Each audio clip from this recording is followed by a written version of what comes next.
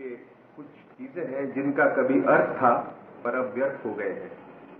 तो आचार्य जी से मैंने निवेदन किया था कि उन्हें समझाने की कृपा करें और बताएं कि क्या ये साधना के बाह्य उपकरण थे, स्मरण की मात्र बाह्य व्यवस्था थी जो समय की तीव्र गति के साथ पूरी की पूरी उखड़ गई, अथवा भीतर से भी इनके कुछ अंतर संबंध थे। तो पिछली चर्चा मंदिर पर हो गई है। आज हम तिलक, टीके और तीर पहले लेंगे, उसके बाद समय रहा तो आगे बढ़ेंगे। तिलक, टीके, तीर।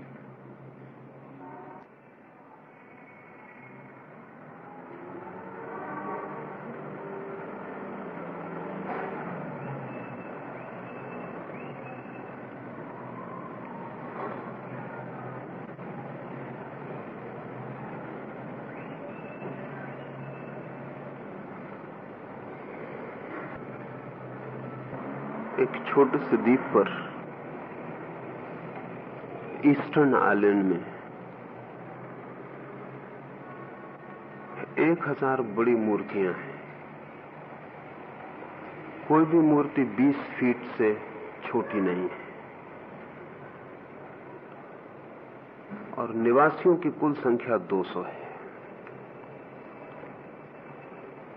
और 1000 20 फीट से बड़ी विशाल मूर्तियां हैं। तो जब पहली दफा इस छोटे से द्वीप का पता लगा तो बड़ी कठिनाई हुई। कठिनाई यूं हुई कि इतने थोड़े से लोगों के लिए, और ऐसा भी नहीं है कि कभी उस द्वीप की आबादी इससे ज्यादा हो सकी हो, क्योंकि उस द्वीप की सामर्थ्य नहीं है इससे ज्यादा लोगों के लिए। जो पैदावार हो सकती है वो इससे ज्यादा लोगों को पाल भी नहीं सकती है।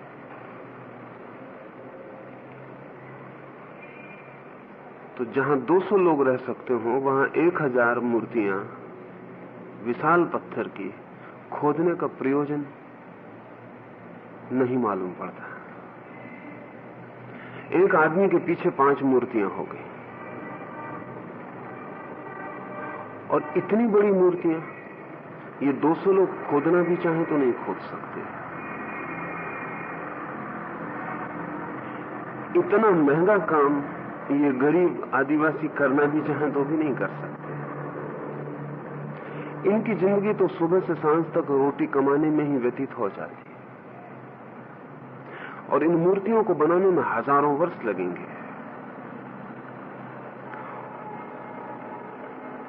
क्या होगा प्रयोजन इतनी मूर्तियों का? किसने इन मूर्तियों को बनाया होगा? क्यों बनाया होगा? तो इतिहासविद के सामने बहुत से सवाल थे। ऐसी ही एक जगह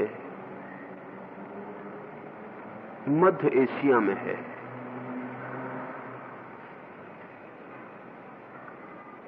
और जब तक हवाई जहाज नहीं उपलब्ध था तब तक उस जगह को समझना बहुत मुश्किल पड़ा। हवाई जहाज के बन जाने के बाद ही ये ख्याल में आया कि वो जगह कभी जमीन से हवाई जहाज उड़ने के लिए एयरपोर्ट का काम करती रही होगी।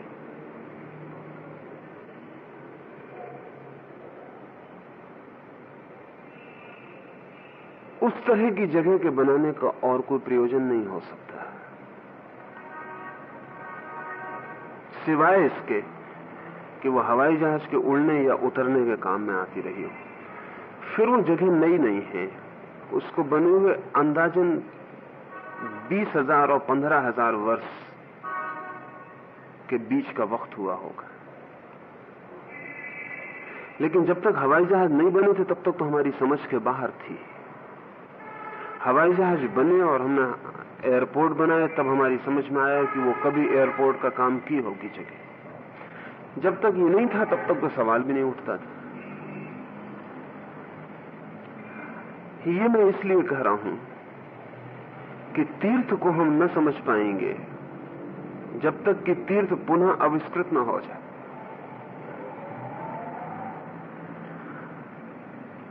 अब जाके वो जो ईस्टर्न आइलैंड की मूर्तियां हैं उनके जो एयर व्यू, आकाश से हवाई जहाज के द्वारा जो चित्र लिए गए हैं, उनसे अंदाज लगता है कि वो इस ढंग से बनाई गई हैं और इस विशेष व्यवस्था में बनाई गई हैं कि किन्हीं खास रातों में चांद पर से देखी जा सके।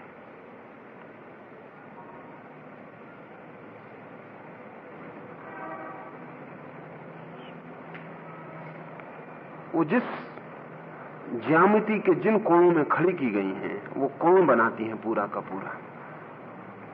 और अब जो लोग उस संबंध में खोज करते हैं, उनका ख्याल ये है कि ये पहला मौका नहीं है कि हमने दूसरे ग्रहों पर जो जीवन है उससे संबंध स्थापित करने की कामना की है। इसके पहले भी जमीन पर बहुत से प्रयोग किए गए जिनसे हम दूसरे ग्रहों पर अगर कोई जीवन, कोई प्राणी हो तो उनसे हमारा संबंध स्थापित हो सके, और दूसरे प्राणी लोगों से भी पृथ्वी तक संबंध स्थापित हो सके, इसके बहुत से सांकेतिक इंतजाम किए गए। ये जो 20-20 फीट ऊंची मूर्तियां हैं, ये अपने आप में अर्थपूर्ण नहीं है, लेकिन जब ऊपर से उड़ के इनके पूरे पैटर्न को देखा जाए तब इनका पैटर्न किसी संकेत की सूचना देता है। वो संकेत चांद से पढ़ा जा सकता है, पर जिन लोगों ने वो बनाया होगा, जब तक हम हवाई जहाज में उड़ के न देख सके तब तक हम कल्पना भी न कर सके, तब तक वे हमारे लिए मूर्तियां थी। ऐसा इस पृथ्वी पर बहुत सी चीजें हैं जिनके संबंध में तब तक हम कुछ भी नहीं जान पाते जब तक कि किसी रूप में हमारी सभ्यता उस घटना का पुनर्आविष्कार न कर ले, तब तक हम कुछ भी नहीं जान पाते। अभी मैं 2-3 दिन पहले ही बात कर रहा था,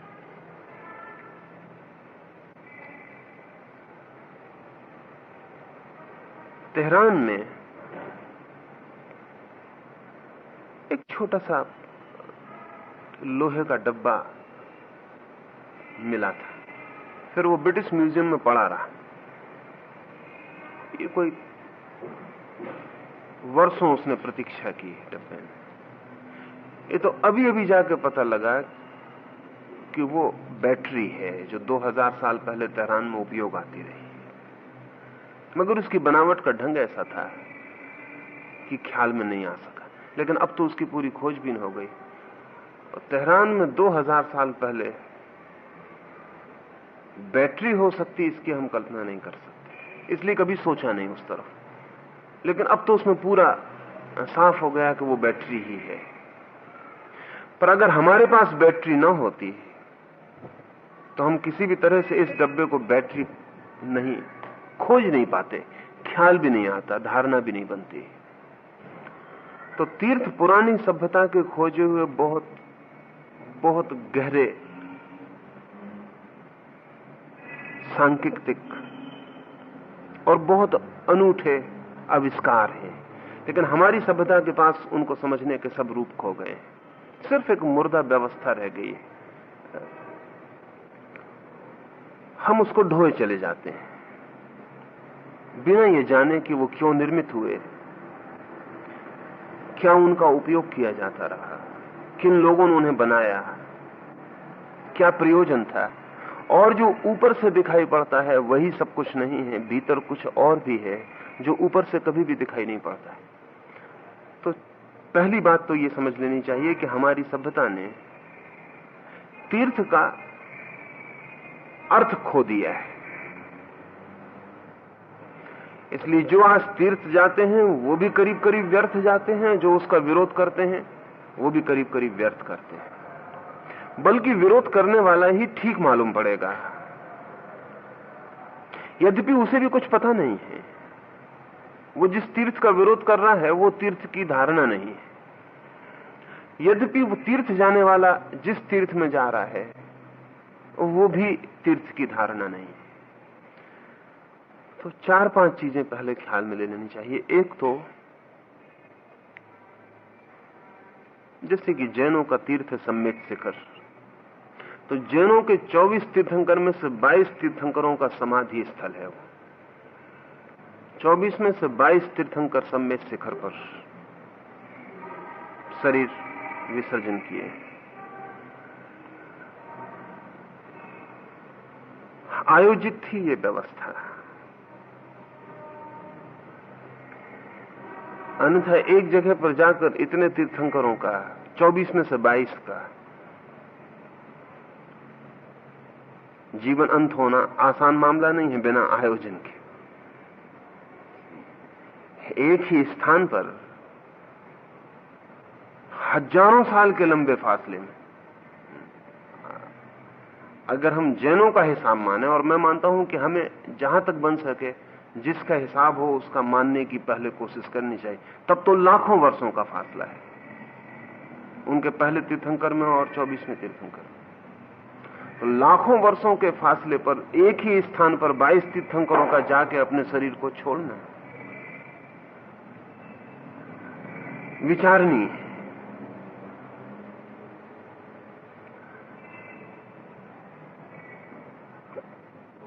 मुसलमानों का तीर्थ है काबा। काबा में मोहम्मद के वक्त तक 365 मूर्तियां थीं और हर दिन की एक अलग मूर्ति थी। वो 365 मूर्तियां हटा दी गई, फेंक दी गई, लेकिन जो केंद्रीय पत्थर था मूर्तियों का, जो मंदिर का केंद्र था, वो नहीं हटाया गया। तो काबा मुसलमानों से बहुत ज्यादा पुरानी जगह है। मुसलमानों की तो उम्र बहुत लंबी नहीं, 1400 वर्ष है, लेकिन काबा लाखों वर्ष पुराना पत्थर है। वो जो काला पत्थर है, और भी दूसरे की मजे की बात है कि वो पत्थर जमीन का नहीं है। वो पत्थर जमीन का पत्थर नहीं है।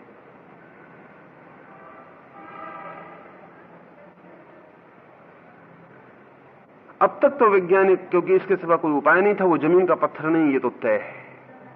तो एक ही उपाय था हमारे पास कि वो उल्कापात में गिरा हुआ पत्थर है। जो पत्थर जमीन पर गिरते हैं, थोड़े पत्थर नहीं गिरते, रोज 10,000 पत्थर जमीन पर गिरते हैं 24 घंटे में। जो आपको रात तारे गिरते हुए दिखाई पड़ते हैं, वो तारे नहीं होते, वो उल्काएं हैं, पत्थर हैं जो जमीन पर गिरते हैं। लेकिन जोर से घर्षण खा के हवा का वो जल उठते हैं। अधिक तो बीच में ही राख हो जाते हैं, कोई कोई जमीन तक पहुंच जाता, कभी कभी जमीन पर बहुत बड़े पत्थर पहुंच जाते। उन पत्थरों की बनावट और निर्मिति सारी भिन्न होती है। ये जो काबा का पत्थर है, ये जमीन का पत्थर नहीं है। तो सीधी व्याख्या तो यह है कि वो उल्कापात में गिरा होगा। लेकिन जो और गहरे जानते हैं, उनका मानना है वो उल्कापात में गिरा हुआ पत्थर नहीं। जैसे हम आज जाके चांद पर जमीन के चिन्ह छोड़ आए, समझ लें कि 1,00,000 साल बाद ये पृथ्वी नष्ट हो चुकी हो, इसकी आबादी खो चुकी हो, कोई आश्चर्य नहीं है। कल अगर एक तीसरा महायुद्ध हो जाए तो पृथ्वी सूनी हो जाएगी। पर चांद पर जो हम चिन्ह छोड़ आए हैं, हमारे अंतरिक्ष यात्री चांद पर जो वस्तुएं छोड़ आए हैं, वो बनी रहेंगी सुरक्षित। उनको बनाया इस ढंग से गया है कि वो लाखों वर्षों तक सुरक्षित रह सके। अगर कभी कोई भी जीवन चांद पर विकसित हुआ है या किसी और ग्रह से चांद पर पहुंचा है और वो चीजें मिलेंगी, तो उनके लिए भी कठिनाई होगी कि वो कहां से आएंगी,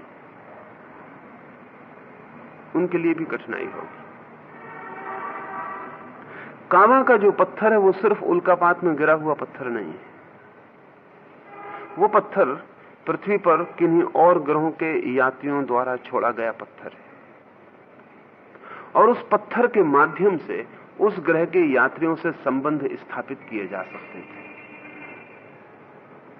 लेकिन पीछे सिर्फ उसकी पूजा रह गई,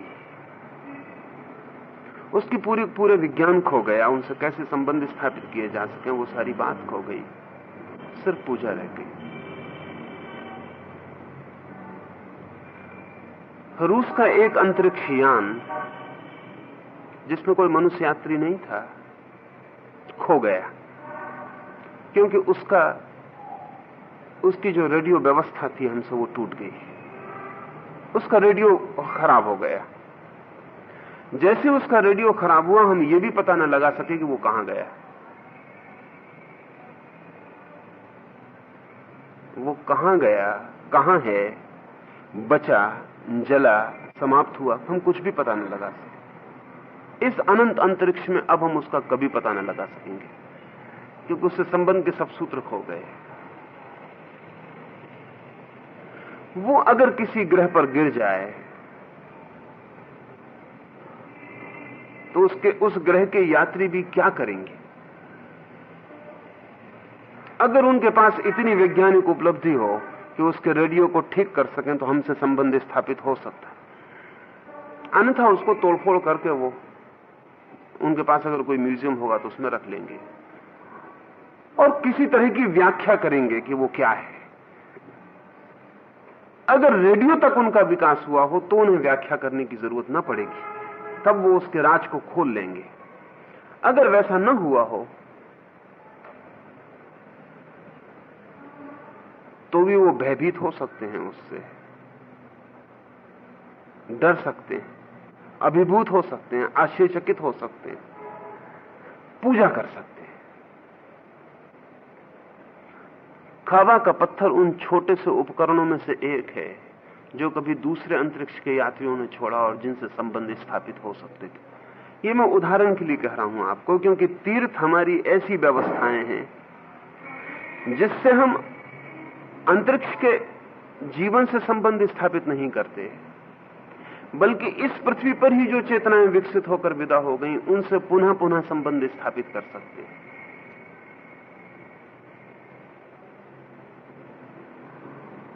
और इस संभावनाओं को बढ़ाने के लिए, जैसे कि सम्मेद शिखर पर बहुत गहरा प्रयोग हुआ, 22 तीर्थंकरों का सम्मेद शिखर पर जाके समाधि लेना गहरा प्रयोग था। वो इस चेष्टा में था कि उस स्थल पर इतनी सघनता हो जाए कि संबंध स्थापित करने आसान हो जाए। उस स्थान से इतनी चेतनाएं यात्रा करें दूसरे लोक में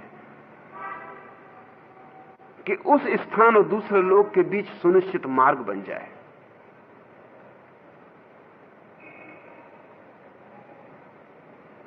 वो सुनिश्चित मार्ग रहा है। और जैसे जमीन पर सब जगह एक सी वर्षा नहीं होती, घनी वर्षा के स्थल हैं, विरल वर्षा के स्थल हैं, रेगिस्तान है जहां कोई वर्षा नहीं होती,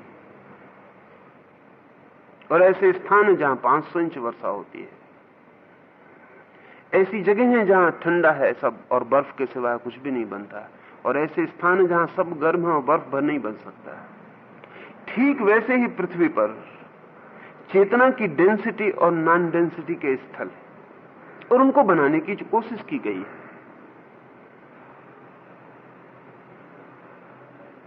उनको निर्मित करने की कोशिश की गई है, क्योंकि वो अपने आप निर्मित नहीं होंगे, वो मनुष्य की चेतना से निर्मित होंगे। जैसे सम्मेद शिखर पर 22 तीर्थंकरों का यात्रा करके उस समाधि में प्रवेश करना और उसी एक जगह से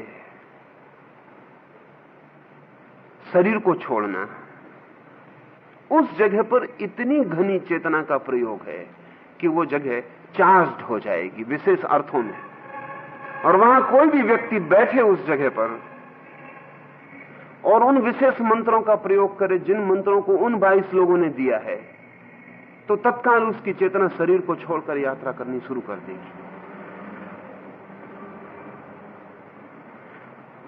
वो प्रक्रिया वैसी ही विज्ञान की है जैसे कि और विज्ञान की सारी प्रक्रियाएं।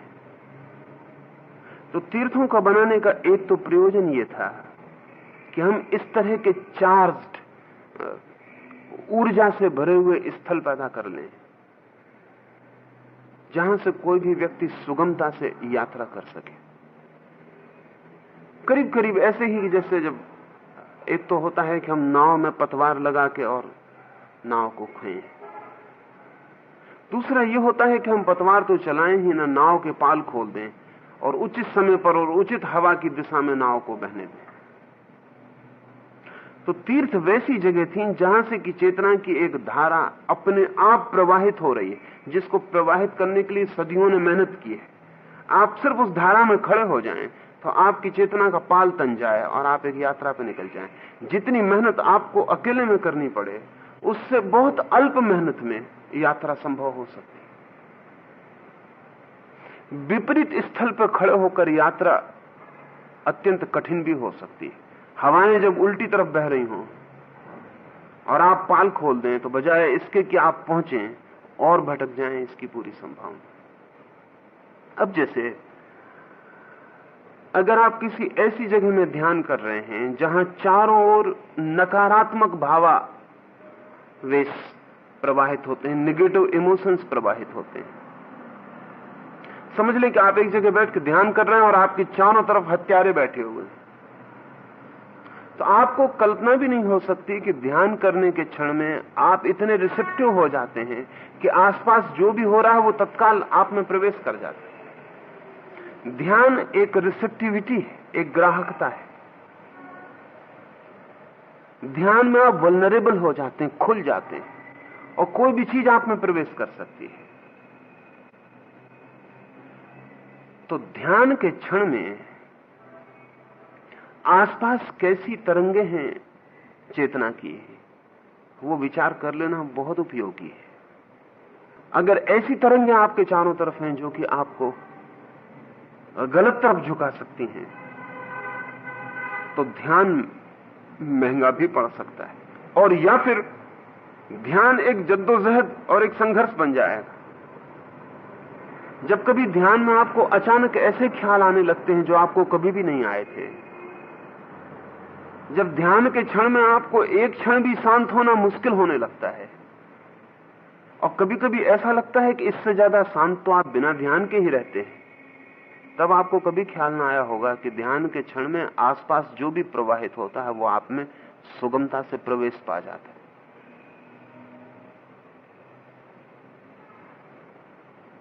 कारागृह में बैठ के भी ध्यान किया जा सकता है, पर बड़ा सबल व्यक्तित्व चाहिए।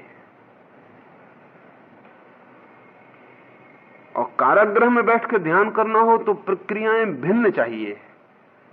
ऐसी प्रक्रियाएं चाहिए जो पहले आपके चारों तरफ अवरोध की एक सीमा रेखा निर्मित कर दें, जिसके भीतर कुछ प्रवेश ना कर सके। पर तीर्थ में वैसे अवरोध की कोई जरूरत नहीं है। तीर्थ में ऐसी ध्यान की प्रक्रिया चाहिए जो आपके आसपास का सब अवरोध, सब रेसिस्टेंस, सब द्वार दरवाजे खुले छोड़ दें। हवाएं वहां बह रही हैं, सैकड़ों लोगों ने उस जगह से अनंत में प्रवाहित होकर एक मार्ग निर्मित किया है। ठीक मार्ग ही कहना चाहिए।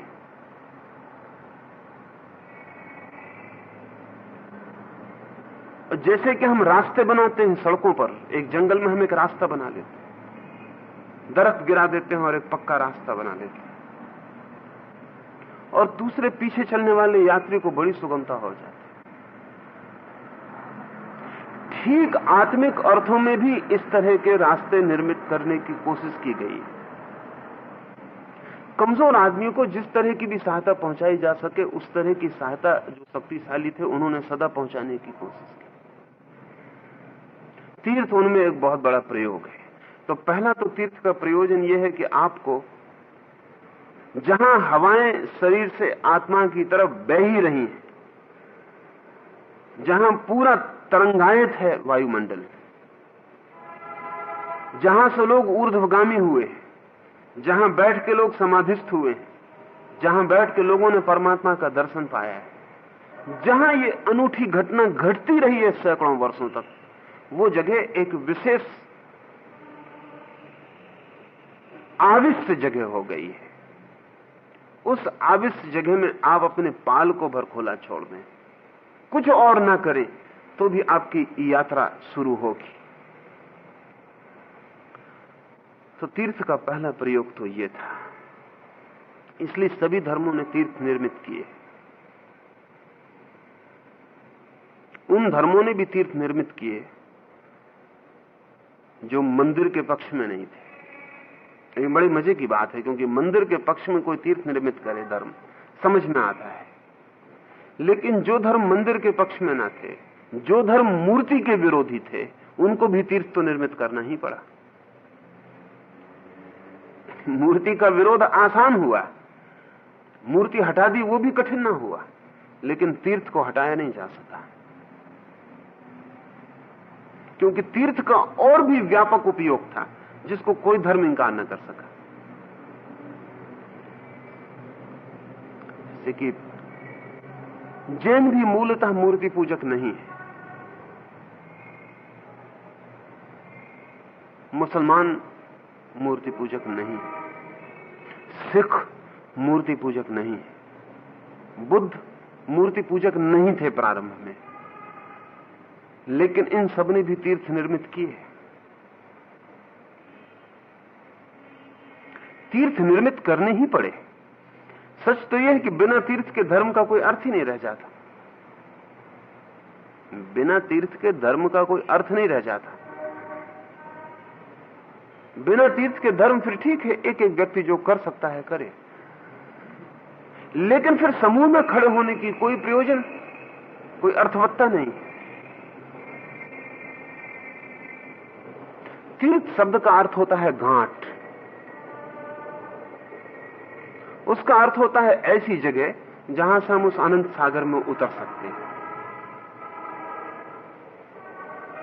जैनों का शब्द तीर्थंकर तीर्थ से बना है, उसका अर्थ है तीर्थ को बनाने वाला, और कोई अर्थ नहीं है उसका। तीर्थंकर का अर्थ है तीर्थ को बनाने वाला। असल में उसको ही तीर्थ कहा जा सकता है, तीर्थंकर कहा जा सकता है, जिसने ऐसा तीर्थ निर्मित किया हो जहां साधारण जन खड़े होते से, पाल खोलते से ही यात्रा पर संलग्न हो जाए।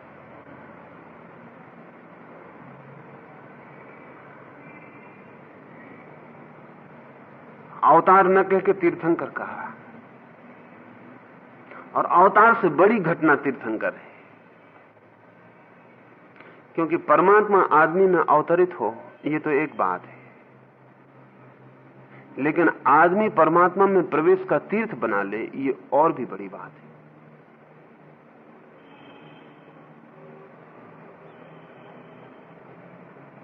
जैन परमात्मा में भरोसा करने वाला धर्म नहीं है, आदमी की सामर्थ्य में भरोसा करने वाला। इसलिए तीर्थ और तीर्थंकर का जितना गहरा उपयोग जैन कर पाया उतना कोई भी नहीं कर पाया, क्योंकि यहां तो कोई ईश्वर की कृपा पर उनको ख्याल नहीं है। ईश्वर कोई सहारा दे सकता है इसका कोई ख्याल नहीं है। आदमी अकेला है और आदमी को अपनी ही मेहनत से यात्रा करनी है। लेकिन दो रास्ते हो सकते हैं, एक एक आदमी अपनी अपनी मेहनत करे, पर तब शायद कभी करोड़ में एक आदमी उपलब्ध हो पाएगा। चप्पू से भी नाव चला के यात्रा तो की ही जा सकती है, लेकिन तब कभी कोई एक आध पार हो पाएगा।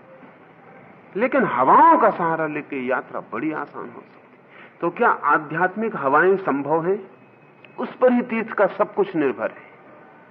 क्या यह संभव है कि जब महावीर जैसा एक व्यक्ति खड़ा होता है तो उसके आसपास किसी अनजाने आयाम में कोई प्रवाह शुरू होता है? क्या वो किसी एक ऐसी दिशा में बहाव को निर्मित करता है कि उस बहाव में कोई पड़ जाए तो बह जाए?